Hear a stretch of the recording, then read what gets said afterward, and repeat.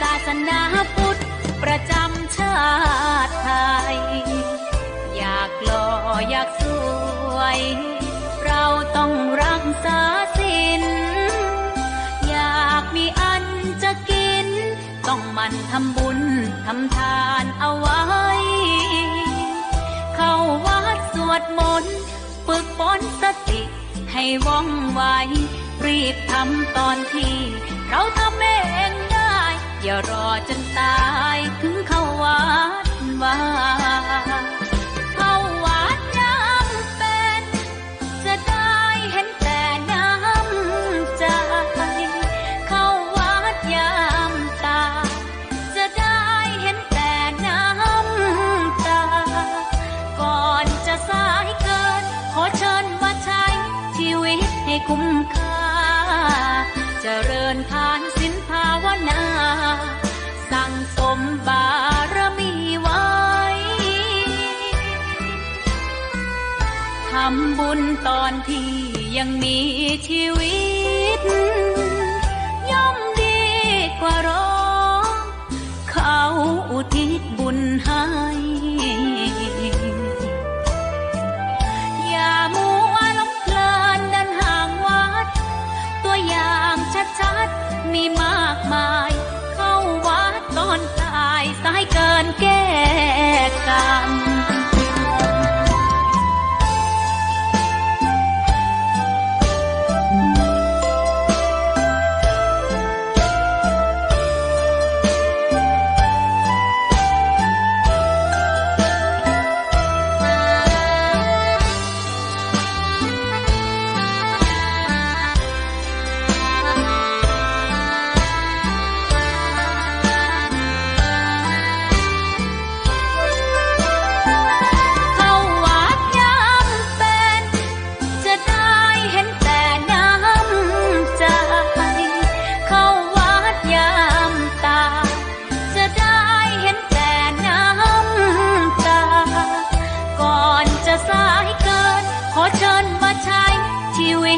คุ้มค่าเจริญทานศีลภาวนาสั่งสมบารมีไว้ทำบุญตอนที่ยังมีชีวิตย่อมดีกว่ารอเขาอุทิศบุญให้อย่ามัวหลงเพลินเดินห่างวัดตัวอย่างชัดๆมีมากมายเข้าวัดตอนตายสายเกินแก้กรรมเข้าวัดยามเป็นผลบุญหนุนนำเข้าวัดยามเป็นจะได้เห็นแต่น้ำใจเข้าวัดยามตายจะได้เห็นแต่น้ำ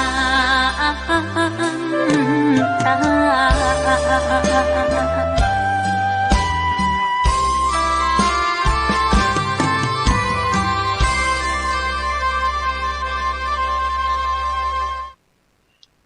กราบถวายความเคารพพระมหาเถรานุเถระครูบาสังฆเจ้าทั้งหลายจุตนจุองค์เจริญสุขเจริญธรรมจุงได้บังเกิดมีแก่ท่านพุทธศาสนิกชนทั้งหลายที่ได้สดับรับฟังธรรมะทาง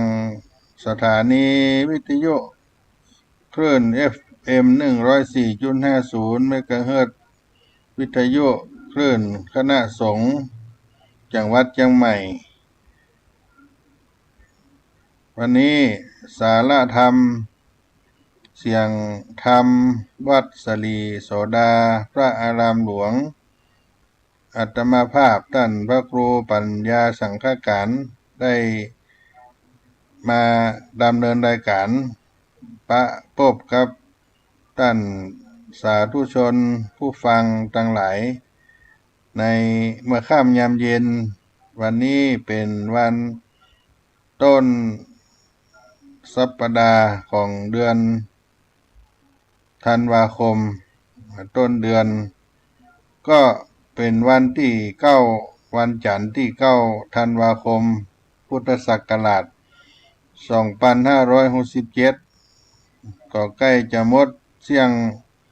ปี2567เหลือแถมประมาณ20กว่าวันนะก็จะหมดปีเสียงปีผ่านพ้นไปในรอบปีกับการความดำรงชีวิตความเป็นอยู่ของเฮาท่านทั้งหลายอายุก็เพิ่มมาหมดไปผ่านพ้นไปก็เป็นไปตามวัฏจักรของวันเดือนปีในวิถีชีวิตของเฮาเมื่อวันอาจจะมีความร้อนเป็นบางวันก็ร้อนนักบางวันก็ร้อนน้อยแต่ก็เป็นช่วงเวลาของหน้าหนาวแต่ช่วงกลางวันนี่จะร้อนตะวันแรงเข้าไปก็จะเย็นเข้ามาบางวันก็มืดครึ้มเหมือนกับจะมีฟ้ามีฝนลงมาก็บ่แน่นะอากาศปัจจุบันนี้บางทีก็เป็นฟ้าเป็นฝนบางทีก็ร้อนบางทีก็หนาวมันจะเกิดขึ้นได้ทุกเมื่อทุกยามแต่ว่าก็เข้าสู่หน้าหนาวแล้วเกี่ยวเข้าเอาเฟืองกัน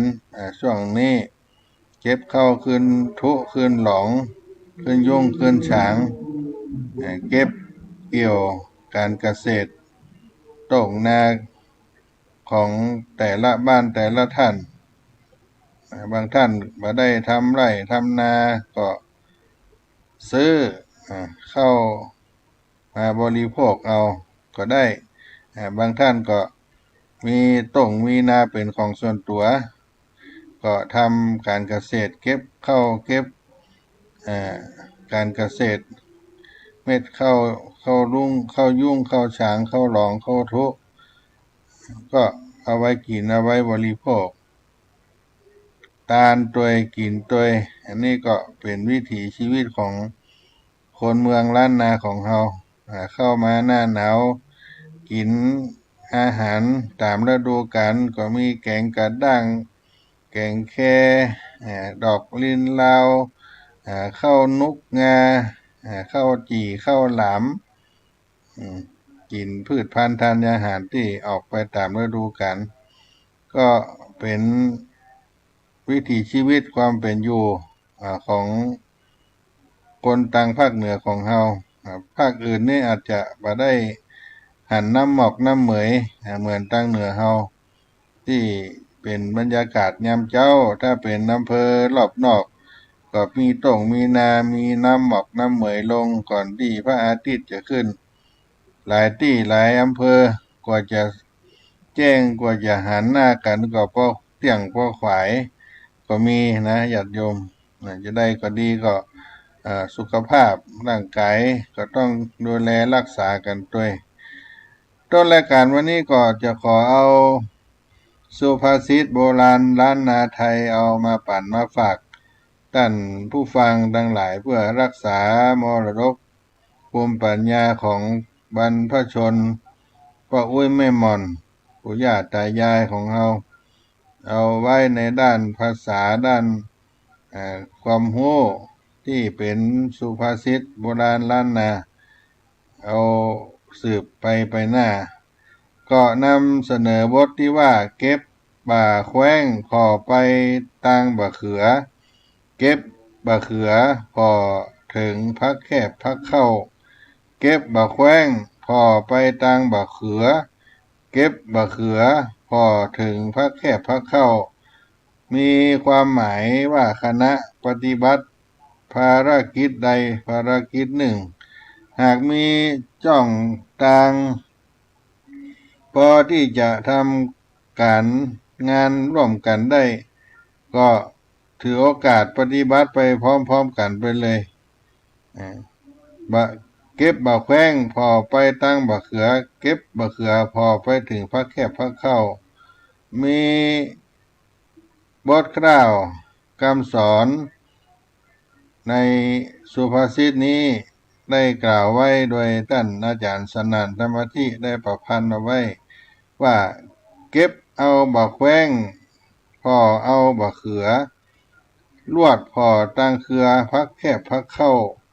หลอนสิบาแฟนลวดแม่นบาเมาถือโอกาสเอาอย่างพร้อมเวลาหนึ่งเดียวฮื้อเกี่ยวกิ่งน้อมเอาหลายสิ่งต้อมโดยไปบ่เสียกาละดังข้อกำไขภาระกำไรเที่ยงได้กับได้เก็บเอาบาแขว้งพอเอาบาเขือลวดพอตั้งเครือพักแคบพักเข้าหลอนสิบาแฟนลวดแม่นบาเมาถือโอกาสเอาอย่างพร้อมเวลาหนึ่งเดียวฮื้อเกี่ยวกิ่งน้อมเอาหลายสิ่งต้อมโดยไปบ่เสียกาละดังข้อกำไขภาระกำไรเที่ยงได้กับได้ขณะที่เก็บมะแว้งหรือบักแว้งบักเขือพวงก็ควรสายตาพ่อไปตั้งบักเขือหรือแม้ว่าจะเก็บบักเขือก็ควรมองไปตั้งพักแคบพักเข้ายอดตำลึงยอดฟักเข้าไปด้วยกันซอยบักแฟนก็ถือโอกาสซอยบ่เมาไปเช่นกันในหนึ่งเวลานั้นควรถือโอกาสทำกิจกรรมหลายๆอย่างไปโดยกันจะบ่ได้เสียเวลาและทำตามเช่นนี้ผลในเชิงกำไรย่อมมีแต่ได้กับได้สิก็คือใช้ไม้เศร้ายาวๆเนี่ยก็กระทุ้งหรือที่อยู่ข้างบนนี่มันร่วงลงมาหรือว่ากระทุ้งขึ้นไปในสิ่งที่เราจะให้ร่วงลงมาแล้วก็แม่นนั่นก็คือการใช้ไม้ง่ามบิดเอาสิ่งที่อยู่ตั้งบนเป็นต้นว่าผลละหมากรากไม้หรือว่าดอกไม้แม่นหรือบิดเอาสิ่งนั้นลงมานี่ก็เป็นความกำแปเก็บบักแว้งพอไปตั้งบักเขือเก็บบักเขือพอถึงพักแคบพักเข้าเก็บเอาบักแว้งพอเอาบักเขือลวดพอตั้งเครือพักแคบพักเข้าหลอนสิบักแฟนลวดแม่นบ่เมาถือโอกาสเอาอย่างพร้อมเวลาหนึ่งเดียวฮื้อเกี่ยวกิ่งน้อมเอาหลายสิ่งต้อมโดยไปบ่เสียกาละดังข้อกำไขภาระกำไรเที่ยงได้กับได้ก็นำเอามาปันมาฝากพี่น้องท่านสาธุชนคนฟังตั้งหลายในต้นรายการเสียงธรรมวัดสลีโสดาพระอารามหลวงจังหวัดเชียงใหม่โดยอัตมาภาพท่านพระครูปัญญาสังฆการผู้ช่วยเจ้าอาวาสวัดสลีโสดาพระอารามหลวงได้มาพบกับพี่น้องท่านคนฟังทั้งหลายเมื่อค่ำยามเย็นบางท่านก็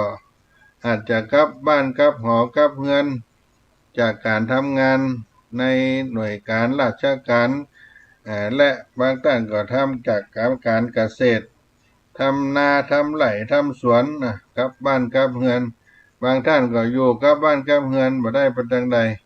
ก็ได้ฟังธรรมะทางวิทยุ 104.50 เมกะเฮิรตซ์เอาไว้เป็นกู้เป็นกิมได้รับข่าวสารงานต่างๆได้ทราบได้รู้ความเคลื่อนไหวในปัจจุบันนี้ก็อนุโมทนากับทุกท่านก็ได้รับกีตาธรรมเสียงธรรมะเสียงเพลงธรรมะในรายการนี้สักกรรมก่อนน้อ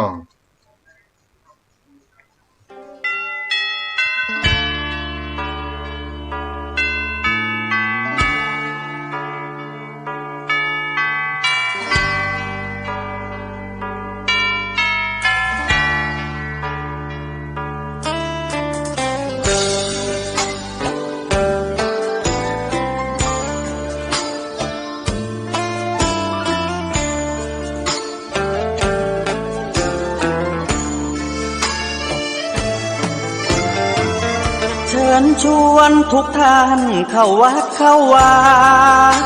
ฟังธรรมะจากหลวงตาเสริมชีวา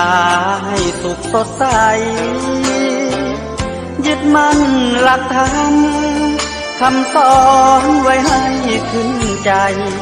ความดีรีบทำกันไว้หญิงชายอย่าได้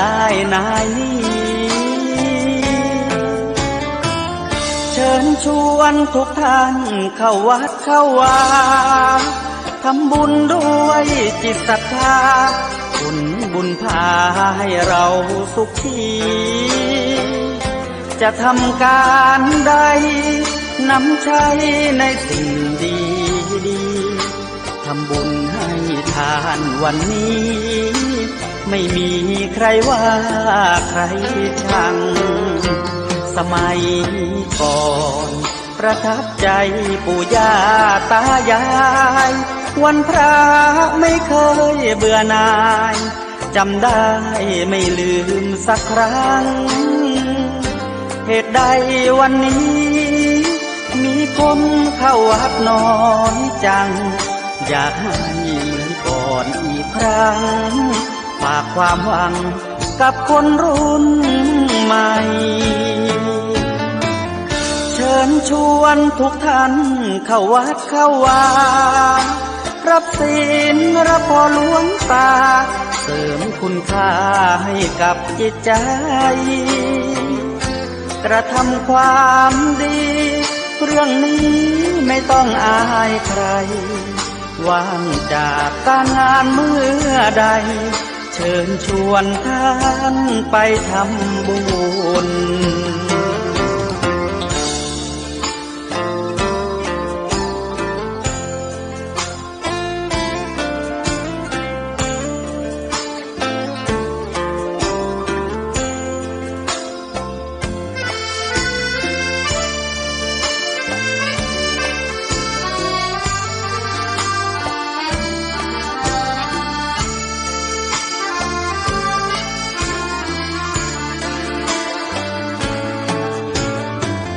เชิญชวนทุกท่านเข้าวัดเข้าวารับศีลรับพรหลวงตาเสริมคุณค่าให้กับจิตใจกระทำความดีเรื่องนี้ไม่ต้องอายใครว่างจากการงานเมื่อใดเชิญชวนท่านไปทำบุญกระทำความดีเรื่องนี้ไม่ต้องอายใครฝากเพลงเชิญชวนหญิงชายอย่าอายเรื่องการทำบุญ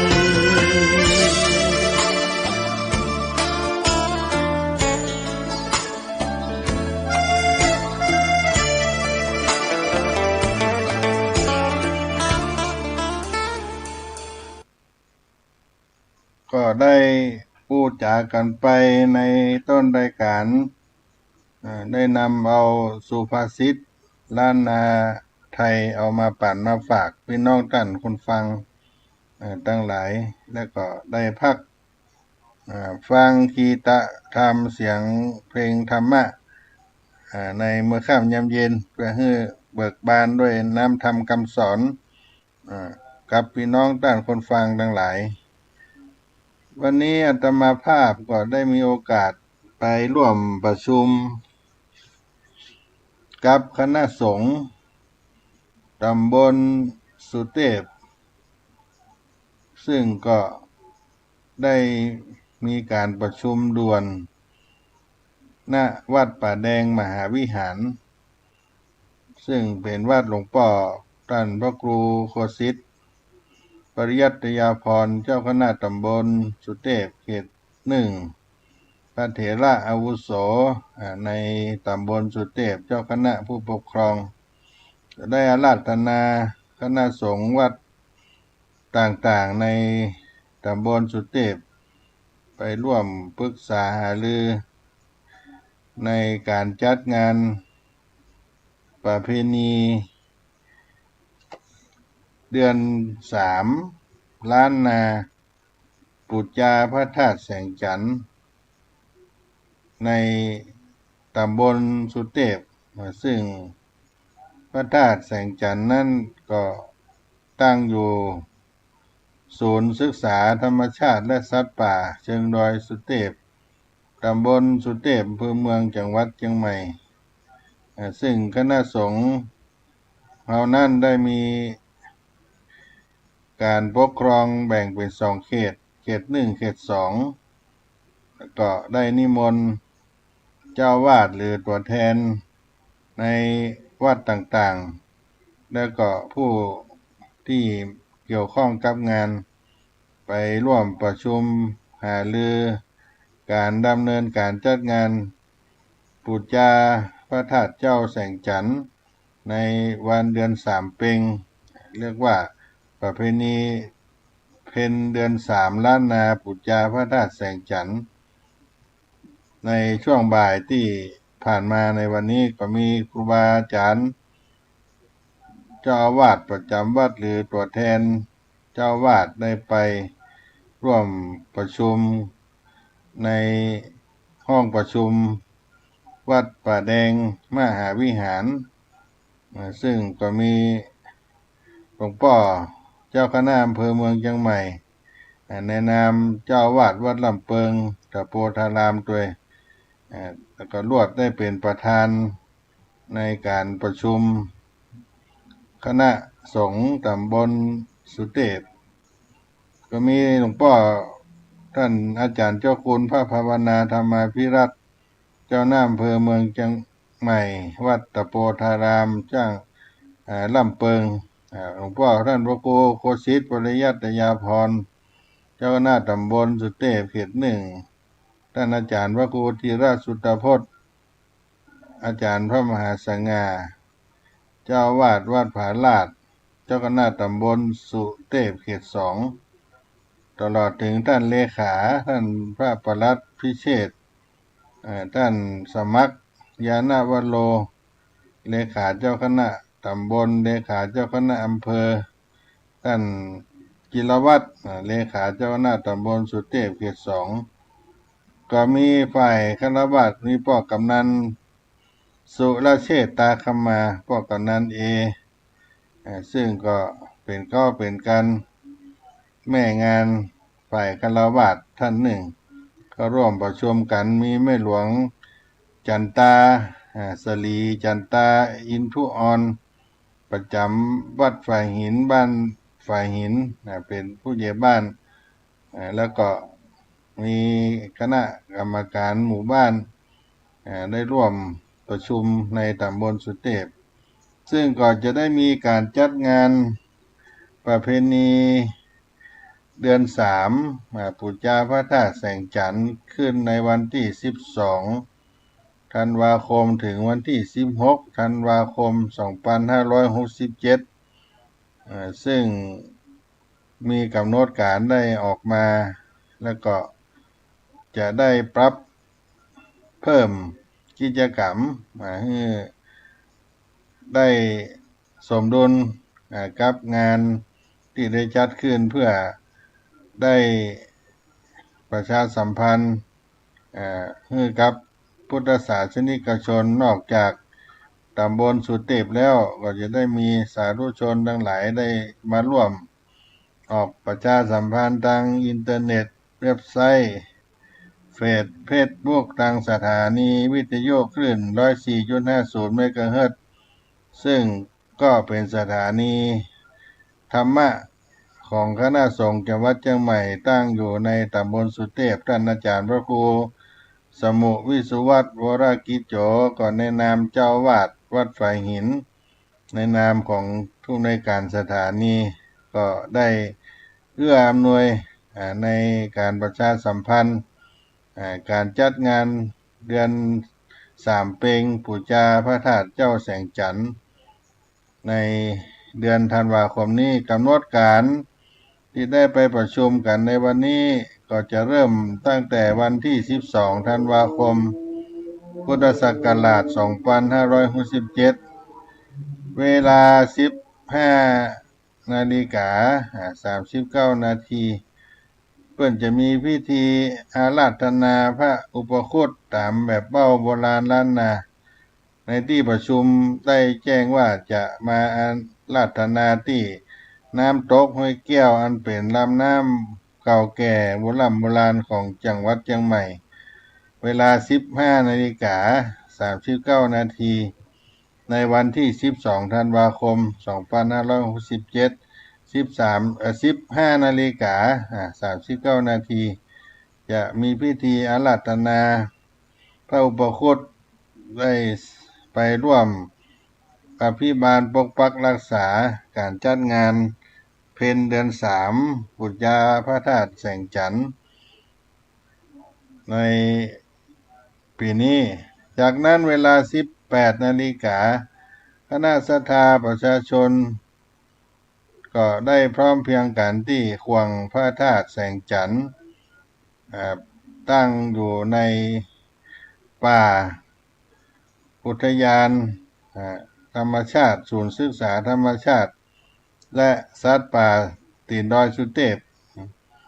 แล้วก็ได้มีการไหว้พระสวดมนต์ที่วัดพระธาตุแสงจันทร์ตั้งอยู่หลังวัดอุโมงค์สวนพุทธธรรมตำบลสุเทพอำเภอเมืองจังหวัดเชียงใหม่ก็เป็นเขตพื้นที่เดียวกันซึ่งเป็นวัดล้างที่ได้ประดิษฐานพระธาตุเก่าแก่ไว้อยู่ในสถานที่แห่งนี้วันที่ 13 ธันวาคม 2567 ญาติโยมก็จะมีกิจกรรมตั้งแต่เวลา 8 นาฬิกาคณะสงฆ์คณะศรัทธาเพื่อนจะได้อาราธนาพระบรมสารีริกธาตุพระธาตุแสงจันทร์ที่สำนักงานศิลปากรที่ 7เข้ามาประดิษฐานณวิหารลายคำวัดลำเปิงตะโพธารามอำเภอเมืองเชียงใหม่มีพิธีต้อนรับด้วยการฟ้อนและตีกลองเป็นพุทธบูชาและก็อัญเชิญอาราธนาพระธาตุขึ้นยังบุษบกวิหารลายคำวัดตะโพธารามลำเปิงก่อนเวลาภัตตาหารเพลแล้ววันที่ 13 ธันวาคม 2517 ในภาคค่ำ 18 นาฬิกามีพิธีสมโภชพระธาตุแสงจันทร์ที่ได้อาราธนามาประดิษฐานที่วิหารลายคำการเจริญพระพุทธมนต์สมโภชพระธาตุและมีการแสดงธรรมพระธรรมเทศนาธรรมจักรกับปวัตตนสูตรโดยท่านพระครูปลัดปลัดมนพปลัดนพพันธ์ท่านอาจารย์พระครูปลัดนพพันธ์วัดลำเปิงจากการแสดงธรรมพื้นเมืองธรรมจักรกับปวัตตนสูตรแล้วก็จะได้เวียนเทียนรอบพระบรมสารีริกธาตุและได้บูชาผางผาตีบปันดวง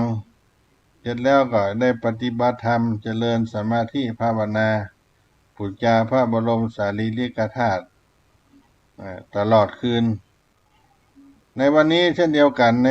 เขตของวัดพระธาตุแสงจันทร์ก็จะมีการไหว้พระสวดมนต์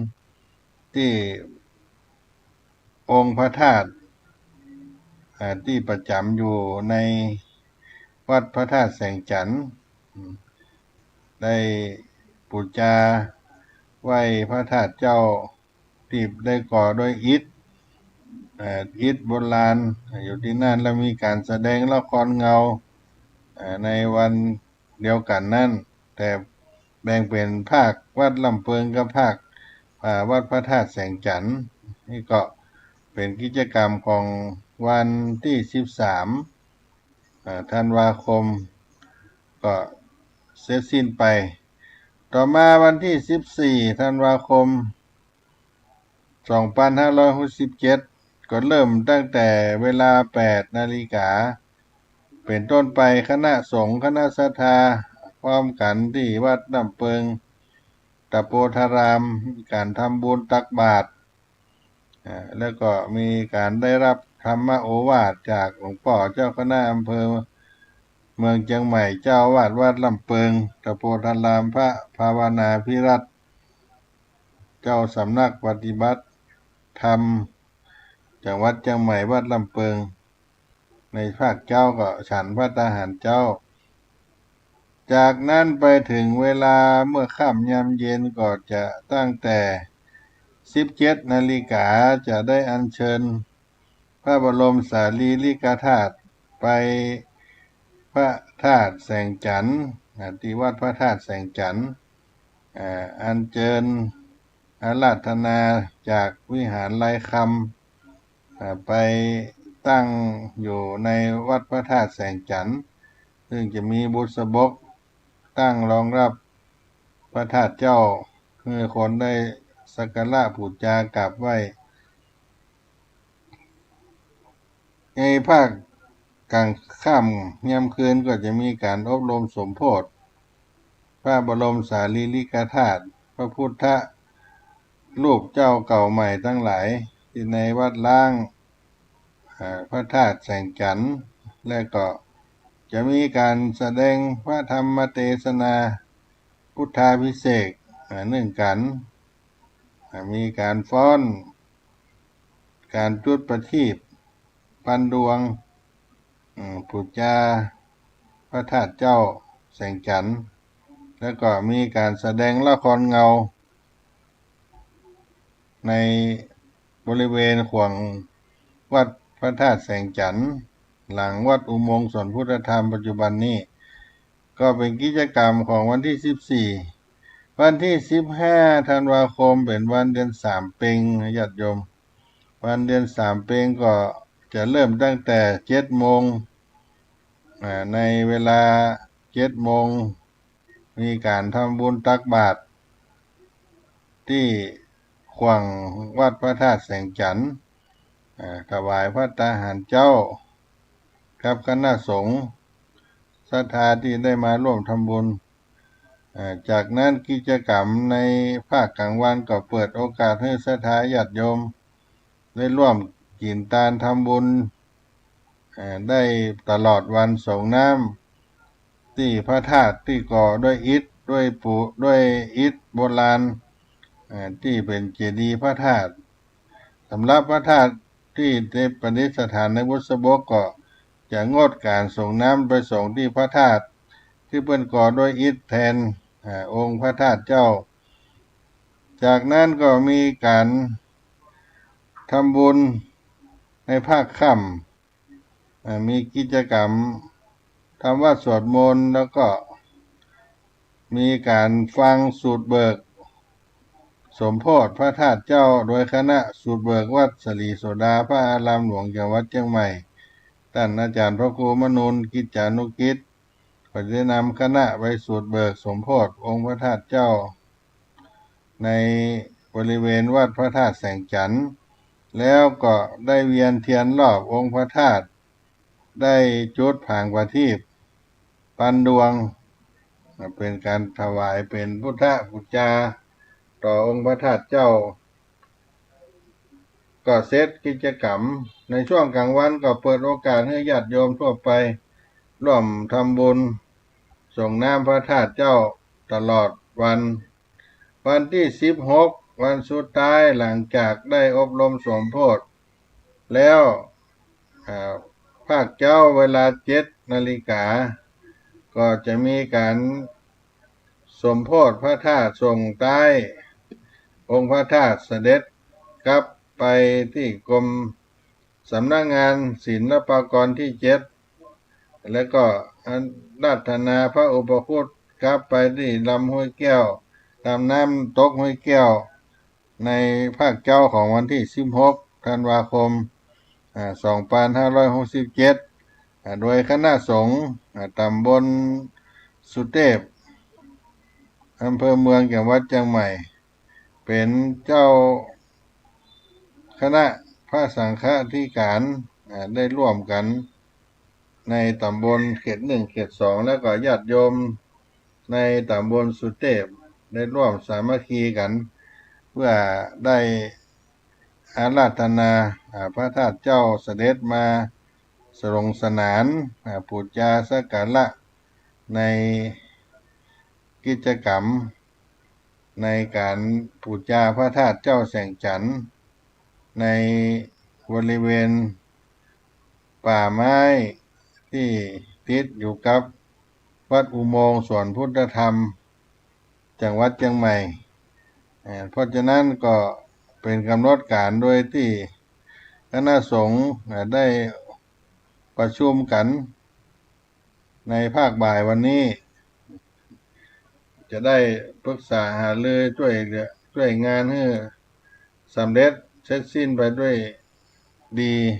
แล้วก็ได้เชิญศรัทธาญาติโยมทั้งหลายได้มาร่วมการจัดงานประเพณีเดือน3ล้านนาปูชาพระธาตุเจ้าแสงจันทร์ในครั้งนี้ด้วยเพื่อจะได้เป็นการอนุรักษ์รักษาประเพณีดีงามของโบราณล้านนาพร้อมกันนั้นก็มีการจดผางผาตีปปูชาพระธาตุเจ้าในกิจกรรมของการประเพณีเดือน3เป็งณวัดพระธาตุแสงจันทร์ได้สักการะบูชาพระธาตุแสงจันทร์มันเป็นมหามังคละก่อนที่จะหมดปีเสี่ยงปีเข้าสู่ปีใหม่วันใหม่เดือนใหม่ในปี2568ที่จะมาถึงนี้นี่ก็เป็นกำหนดการในเบื้องต้นได้มาผู้มาจ๋ากับพี่น้องท่านสาธุชนคนฟังทั้งหลายในศาลาธรรมยามเย็นของวัดสดีโสดาพระอารามหลวงจังหวัดเชียงใหม่ก็ภาคกันสักกรรมกันนอได้รับกีตาธรรมจากรายการในเสียงธรรมวัดสลีโสดาพระอารามหลวงจังหวัดเชียงใหม่นี้เนาะ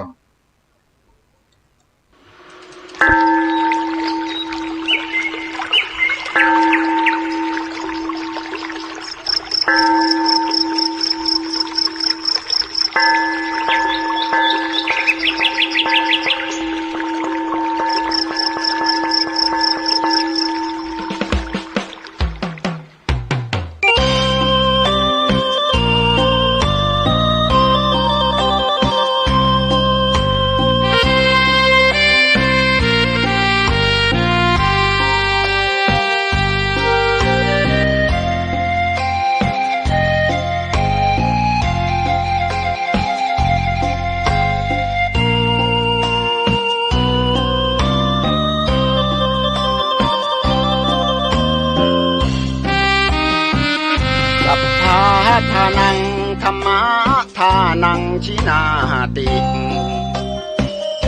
ภาษาบาลีที่พุทธองค์ท่านทรงตรัสสอนการให้ธรรมะชนะการให้จงได้สังวรให้ทราบภายในชะล้างจิตใจให้คำสั่งสอนธรรมะจะช่วยกัดกร่อนนิวรณ์จะได้เบาบางสัพพะทานังธรรมะทานังชินาติได้ฟังคำนี้ท่านทรงบ่งชี้หนึ่งไม่มีสองให้ทำเป็นทานสารต่อปัญญานำพาแสงส่องแสงธรรมชี้นำถูกต้องรับรองท่านต้องสุขใจ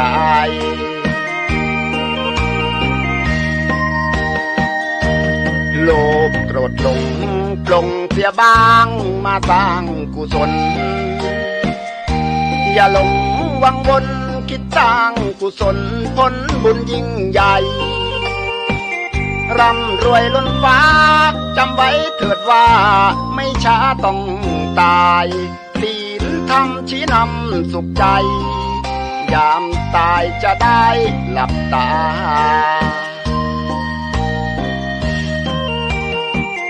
สัพพะทานังธรรมะทานังชินาติได้ฟังเพลงนี้เชิญเถิดน้องพี่อย่าได้รอช้าให้ทำเป็นทานสารต่อกุศลผลเวทนาชาตินี้หรือว่าชาติหน้าเกิดมาดวงตาเห็นธรรม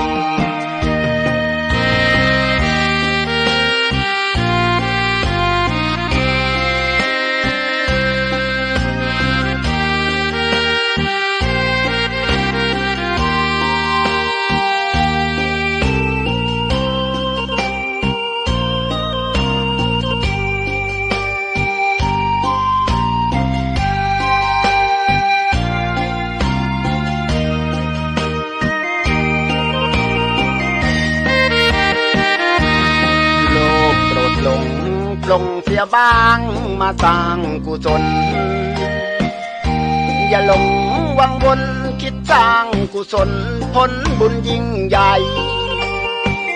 ร่ำรวยล้นฟ้าจำไว้เถิดว่าไม่ช้าต้องตายศีลธรรมชี้นำสุขใจยามตายจะได้หลับตา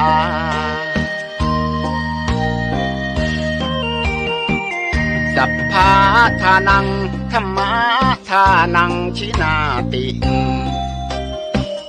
ได้ฟังเพลงนี้เชิญเถิดน้องพี่อย่าได้รอช้าให้ทำเป็นทานสารต่อกุศลผลเวทนาชาตินี้หรือว่าชาติหน้าเกิดมาดวงตาเห็นธรรม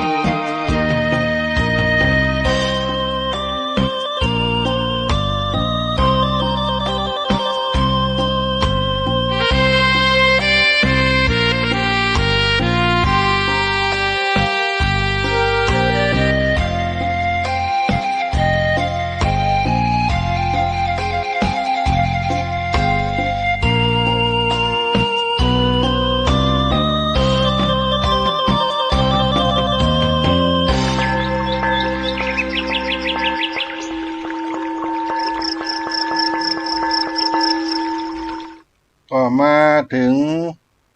ช่วงหลังท้ายรายการจะได้พูดได้จากันถึงเรื่องพระธาตุแสงจันทร์ที่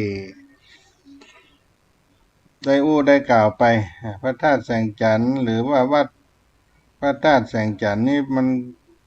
อยู่ที่ไหนเนาะญาติโยมบางท่านก็ยังบ่ฮู้จักก็เป็นวัดร้างที่ได้ค้นพบในศูนย์ศึกษา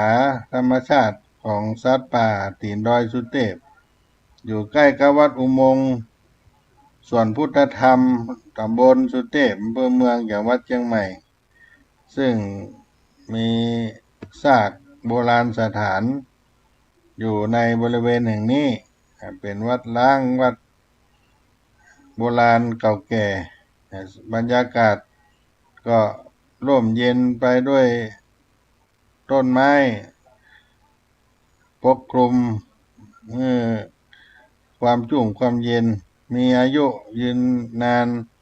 หลายร้อยปีที่อยู่คู่กับแผ่นดินล้านนาไทยของเฮาวัดพระธาตุแสงจันทร์เป็นหนึ่งในวัดร้างอารัญญิกะอรัญญารามตั้งอยู่ที่บนม่อนดอยป่าอุทยานแห่งชาตินอกเมืองเชียงใหม่ด้านทิศตะวันตกโดยภาพที่ปัจจุบันสภาพนั้นก็เป็นซากโบราณสถานปกคลุมไปด้วยมอดเฟิร์นออกเขียวขึ้นพระธาตุก็กลายเป็นสีเขียวขจีประกอบไปด้วยเจดีย์ ประธานซึ่งเป็นเจดีย์ทรงระฆังฐานแปดเหลี่ยมมีวิหารตั้งอยู่ด้านทิศเหนือของพระธาตุเจดีย์วิหารนั้นหันหน้าไปทางทิศตะวันออกทางทิศเหนือเป็นอาคาร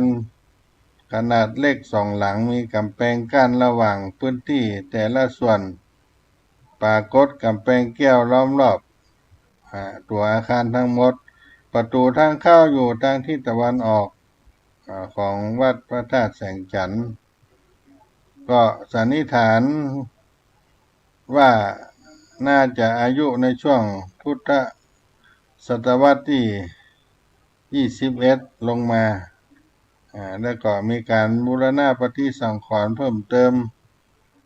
ในศตวรรษที่22ถึง24ในโบราณสถานของวัดพระธาตุแสงจันทร์ก็เป็นวัดเก่าแก่ของโบราณล้านนาที่มีบรรยากาศทะลุมิติที่วัดแห่งนี้ชวนค้นหาธรรมชาติที่ได้ปรากฏอยู่ในสวนอุทยานในปัจจุบันนี้ซึ่งก็เป็นพระธาตุที่ได้ล้างมานานเนาะล้างมานานได้ค้นพบโบราณสถานนี้เมื่อปี2551โดยกรมศิลปากรเข้ามาขุดค้นทางโบราณคดีศึกษาหลักฐานประวัติศาสตร์แล้วก็ระบุว่าเป็นวัดในสมัยราชวงศ์มังรายมีอายุประมาณ500ปีขึ้นบริเวณใกล้เคียงก็มีวัดที่เกิดขึ้นค้นพบอยู่3วัดมีบันไดเชื่อมโยงถึงกันวัดพระธาตุแสงจันทร์วัดฤาษีชีวกวัดพระนอนก็จะสะท้อนเนื้อหาว่าสร้างสมัยเดียวกันหรือใกล้เคียงกันคาดว่ายังมีโบราณสถานแถมหลายอย่างที่ใกล้บริเวณแห่งนี้โบราณสถานพระธาตุเถระจันทร์หรือแสงจันทร์นี้ตั้งอยู่ในปัจจุบันอยู่ติดกับวัดอุโมงค์สวนพุทธธรรมหลังมหาวิทยาลัยเชียงใหม่ก็มีสัตว์สวนสัตว์อยู่เล็กๆน้อยๆมีกวางมีฟานมีงัวแดงมีนกยูงอยู่เป็นสวนสัตว์น้อยๆอยู่ติดกับวัดอุโมงค์สวนพุทธธรรมถ้าบางท่านเคยไปแอวไปหันก็คงจะนึกภาพออกแล้วก็วัดอุโมงค์สวนพุทธธรรมก็เป็นวัดที่อยู่ใกล้กับวัดดังกล่าวนี้วัดอุโมงค์สวนพุทธธรรมนี้เป็นวัดที่มีโบราณสถานหลายๆอย่างมีอุโมงค์เป็นแลนด์มาร์คของวัดเป็นสถานที่ให้คนได้ไปท่องเที่ยวไปชมความอัศจรรย์ของอุโมงค์ในวัดอุโมงค์สวนพุทธธรรมซึ่งในตามตำนานโบราณที่มีพระมหาเถระรูปหนึ่งชื่อว่าพระมหาเถรจันทร์เป็นพระเถระผู้ใหญ่ในยุคนั้นที่มีความแตกฉานทั้งคดีโลกคดีธรรมเป็นพระภิกษุที่ให้ความเคารพนับถือแก่คนทั้งหลายในยุคนั้นมีพระเจ้ากือนาได้เป็นพระมหากษัตริย์ลำดับที่6ราชวงศ์มังรายและก็ทรงได้เคารพนับถือพระมหาเถระจันทร์นี้เป็นอย่างสูงยิ่งในเวลาต่อมาพระเจ้ากือนาทรงทราบว่าวัดโพน้อยที่มีพระมหาเถระจันทร์เป็นเจ้าวาดอยู่ได้สำรุดทรุดโทรมจึงได้โปรดสร้างกุฏิวิหารอุโบสถเจดีย์เพื่อจะได้บำเพ็ญธรรมได้บูรณะเรียบร้อยแล้วก็ตั้งนามใหม่ นั่นขึ้นมาว่าวัดอุโมงค์มหาเถรจันทร์จนถึงปัจจุบันซึ่งพระเจ้ากือนาก็ยังได้สร้างอุโมงค์สร้างวัดสร้างอุโมงค์ที่บริเวณป่าไผ่11 ก่ออยู่เชิงดอยสุเทพของเฮาที่นี่ถวายกับมหาเถรจันทร์ที่ชอบจาริกอยู่ตามป่าตามดงเพื่อหาที่สงบสงัดบำเพ็ญเพียรภาวนาเรียกว่าอุโมงค์วัดอุโมงค์เวลุกัฏฐารามต่อมาก็เป็นวัดอุโมงค์สวนพุทธธรรมในปัจจุบันนี้ที่ท่านทั้งหลายก็อาจจะได้มาหันได้มามาชมสถานที่วัดอุโมงค์สวนพุทธธรรมแห่งนี้แล้วก็อาจจะได้เดินเข้าไปสวนสัตว์ไปหาวัดพระธาตุแสงจันทร์โบราณสถานเก่าแก่อีกวัดหนึ่งในสมัยพระมหาเถรจันทร์ที่ได้สร้างไว้ในบริเวณแห่งนี้ก็ได้นำเอามาเล่าอู้สู่กันฟังในการจัดงานครั้งนี้ก็มีความปิติยินดีกันของคณะสงฆ์ศรัทธาในตำบลสุเทพเพื่อจะได้รักษาประเพณีอันดีงามอันนี้เอาไว้ให้กับคู่บ้านคู่เมืองจังหวัดเชียงใหม่ของเฮาด้วยแล้วก็เป็นสถานที่สำคัญของโบราณล้านนาที่ควรได้รักษาได้สืบทอดในด้านประเพณีส่งน้ำพระธาตุเจ้าแสงจันทร์นี่ให้ได้ปรากฏแก่คนทั้งหลายได้มาร่วมกินร่วมทานหากว่าท่านใดมีความประสงค์อยากสมทบปัจจัยในการจัดงานประเพณีในคณะสงฆ์ตำบลสุเทพทั้ง2 เขตจะมาติดต่อประสานที่อาตมาภาพนี้ในเบื้องต้นก่อนก็ได้อยากจะให้เจ้าห้อมปัจจัยการจัดงานในการทำบุญต่างๆนั่นนะเพราะว่ายังเปิดโอกาสให้ญาติโยมมีส่วนร่วมได้ร่วม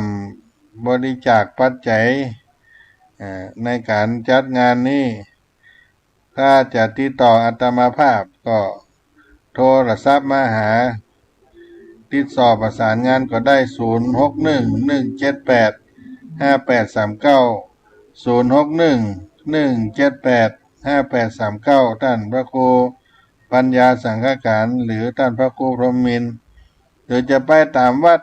เจ้าอาวาสในตำบลสุเทพนี่ก็มีวัดป่าแดงมหาวิหารวัดฝายหินที่ตั้งสถานีวิทยุวัดอุโมงค์สวนพุทธธรรมวัดลำเปิงตะโพธารามก็ได้เนอะที่สะดวกหรือว่าจะติดต่อประสานผ่านทางอาตมาภาพนี่ก็ได้ก็จะได้ประสานบอกบุญให้ญาติโยมตอนนี้ก็ได้จัดกำหนดการนี้เกิดขึ้นก็จะต้องมีการแห่ขบวนต่างๆจากวัดลำเปิงเข้าสู่วัดพระธาตุแสงจันทร์ในวันที่14แต่ละวันตั้งแต่วันที่12มาถึงวันที่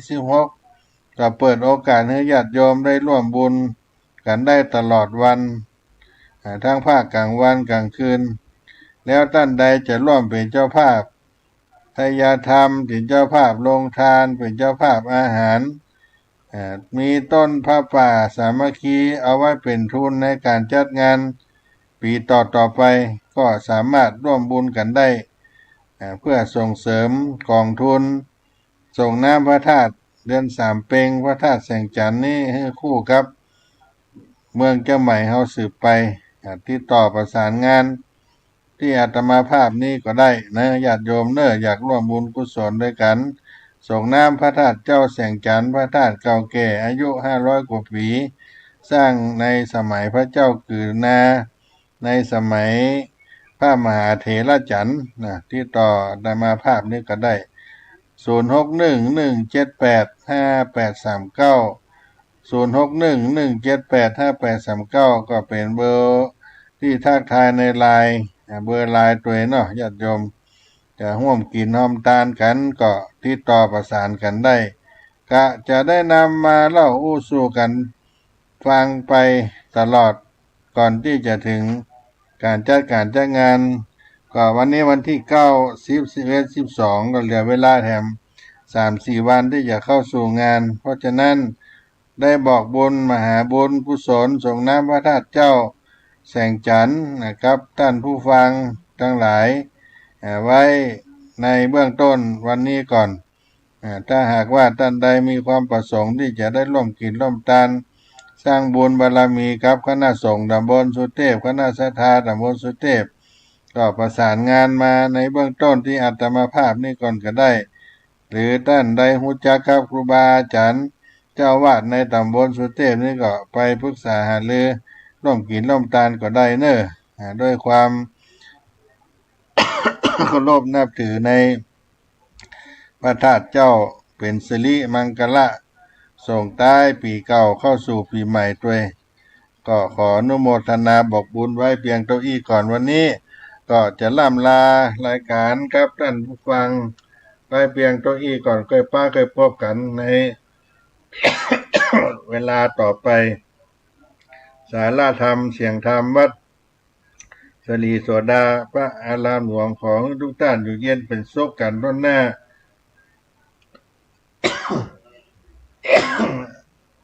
มีความปรารถนาสิ่งใดก็ขอส่งความมุ่งมา่ปรารถนากันจุผู้ในคน